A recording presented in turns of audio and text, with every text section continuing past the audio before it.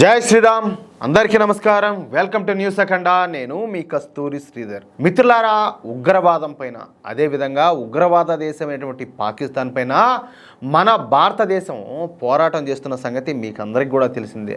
అయితే ఈ క్రమంలో ఈ ఉగ్రవాదానికి వ్యతిరేకంగా పోరాటం చేస్తున్నటువంటి మన భారతదేశానికి మద్దతుగా చాలా దేశాలు నిలుస్తున్నాయి. మన కర్మగాలి తీవ్రవాదాన్ని పెంచి పోషించే దేశం మన పక్కనే కాలబడి ఉన్నది. అసలు ఈ తీవ్రవాదం పుట్టిందే ఆ దేశంలో. ఆ దేశం పేరేందో తెలుసు కదా మీకు, పాకిస్తాన్. ఈ లపాకీలకు నిలయమైనటువంటి ఈ పాకిస్తాన్లో తీవ్రవాదం అనేది ఒక కుటీర పరిశ్రమలాగా వర్దిల్తాంది. Al Badr, Hizbul Mujahideen, Lashkare Taiba, Jaishe Mohammed, Kashmiri tiger, the resistant front, Haqqani, Al Qaeda వంటి దాదాపు 50 తీవ్రవాద సంస్థలకు ఈ పాకిస్తాన్ పుట్టినిల్లు అన్నమాట. అంటే ఈ పాకిస్తాను పంది కదా పిల్లల్ని ఈయనట్టు ఈ ఉగ్రవాద సంస్థలన్నింటినీ కూడా ఈయన అవతల బాధ దొబ్బుతుంది. అంతేకాకుండా ఈ తీవ్రవాదులకు నిధులు అలాగే శిక్షణ, ఆయుధాలు, మందుగొండు, చివరకు ప్లానింగ్ అంతా అందించేది కూడా ఈ ఉగ్రవాద దేశమైనటువంటి పాకిస్తానే. పాకిస్తాన్లో ఈ తీవ్రవాద సంస్థలు బహిరంగంగానే నిధులు సేకరిస్తూ ఉంటాయి. అలాగే బహిరంగ సభలు పెట్టి మరి ప్రజలను ఈ తీవ్రవాదం లేక రమ్మని ఆహ్వానిస్తూ ఉంటారు. ఇది జగమెరిగిన సత్యం. ఈ క్రమంలోనే మన దేశంలో ఈ లపాకిస్తాన్కు చెందినటువంటి తీవ్రవాదులు పహల్గామ్లో తీవ్రవాద దాడిని అయితే జరిపినారు. అందుకు కౌంటర్గా మన మోడీ ప్రభుత్వం ఆపరేషన్ సింధూర్ను ప్రారంభించిన సంగతి మీకు అందరికి కూడా తెలిసిందే. ఈ దాడిలో మనం అనుకున్నట్టుగానే 100 మంది తీవ్రవాదులు కుక్క సావడంతో పాటు కొత్తగా వచ్చినటువంటి రిపోర్టు ప్రకారం,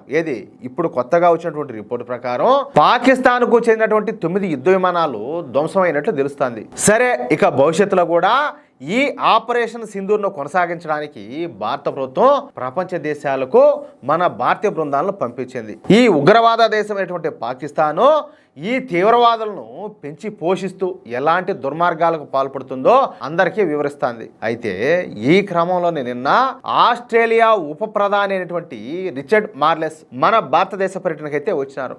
భారత పర్యటనకు వచ్చినటువంటి ఈ రిచర్డ్ మార్లెస్ మన దేశ రక్షణ శాఖ మంత్రి అయినటువంటి రాజ్నాథ్ సింగ్ గారిని, అలాగే మన దేశ ప్రధాని అయినటువంటి నరేంద్ర మోడీ గారిని కలవడం అయితే జరిగింది. ఈ సందర్భంగా ఆపరేషన్ సింధూర్ గురించి, అదేవిధంగా ఈ పాకిస్తాన్ చేస్తున్నటువంటి తీవ్రవాదం గురించి, అలాగే తీవ్రవాదం పైన యుద్ధం గురించే ప్రధానంగా చర్చలు జరిపినట్టయితే తెలుస్తుంది. ఇక ఆ సమావేశాల తర్వాత మీడియా సమావేశాన్ని ఏర్పాటు చేసినటువంటి ఆస్ట్రేలియా ఉప ప్రధాని ఈ రిచర్డ్ మార్లెస్ మాట్లాడతా, మాకు తెలుసు ఈ ప్రపంచంలో ఏ దేశం తీవ్రవాదాన్ని పెంచి పోషిస్తూ దానిని ప్రపంచం మీద రుద్దుతుందో అన్న విషయాలను మేము పూర్తిగా అయితే తెలుసుకున్నాం. ఇక ఆ దేశాన్ని సహించే ప్రశ్నే లేదు. ఈ విషయంలో భారతదేశానికి పూర్తిగా అండగా ఉంటాం. ఆపరేషన్ సింధూర్ను ఇక పైన కూడా భారత నిర్విఘ్నంగా కొనసాగించవచ్చు. అదేవిధంగా తీవ్రవాదం అనేది ఒక క్యాన్సర్ లాంటిది. దానిని తుదముట్టించే వరకు భారత ప్రభుత్వం కూడా నిద్రపోకూడదు. ఈ విషయంలో ఆస్ట్రేలియా భారతదేశానికి అన్ని విధాలుగా సహాయ సహకారాలను అందిస్తుంది. అంతేకాకుండా ఇండో పసిఫిక్ ప్రాంతంలో శాంతి, అదేవిధంగా సుస్థిరతల కోసం వ్యూహాత్మకంగా సహకారం ఇచ్చిపుచ్చుకునేందుకు ఆస్ట్రేలియా అయితే సిద్ధంగా ఉండాలి. పాకిస్తాన్ మద్దతుతో సాగుతున్నటువంటి ఈ తీవ్రవాదాన్ని ఎదుర్కొనే సామర్థ్యం కేవలం ఒక భారతదేశం వద్ద మాత్రమే ఉండాలి. అంతేకాకుండా ఈ తీవ్రవాదం నుంచి తనను తాను రక్షించుకునే హక్కు కూడా భారతదేశానికి ఉండాలి. అందుకే మేము భారత ప్రభుత్వం చేపట్టినటువంటి ఈ ఆపరేషన్ సింధూర్కు పూర్తి మద్దతునైతే ఇస్తున్నాము.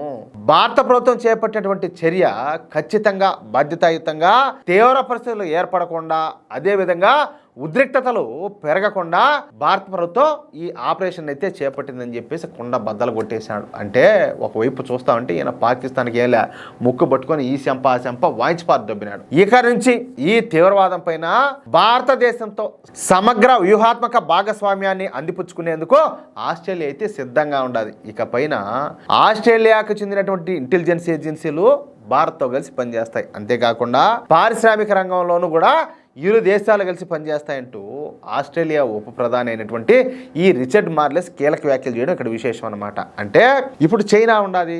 చైనా అంటే ఈ వైరస్లకు పుట్టినలు.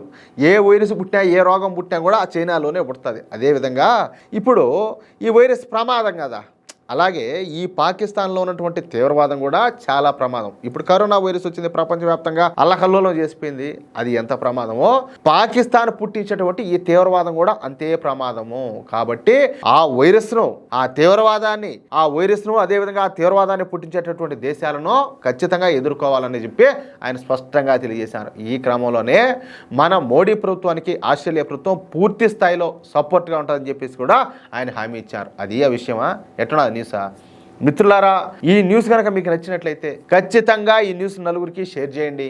అదేవిధంగా ప్రతి ఒక్కరు కూడా మీ యొక్క అమూల్యమైన అభిప్రాయాలను స్పష్టంగా కామెంట్ రూపంలో తెలియజేయండి. ఇంకో విషయం ఏంటంటే, ఇంతవరకు మీరు కనుక మన ఛానల్ను సబ్స్క్రైబ్ చేసుకున్నట్లయితే ప్రతి ఒక్కరు కూడా మన ఛానల్ను సబ్స్క్రైబ్ చేసుకోండి, సపోర్ట్ చేయండి ప్లీజ్. జై శ్రీరామ్, జై హింద్.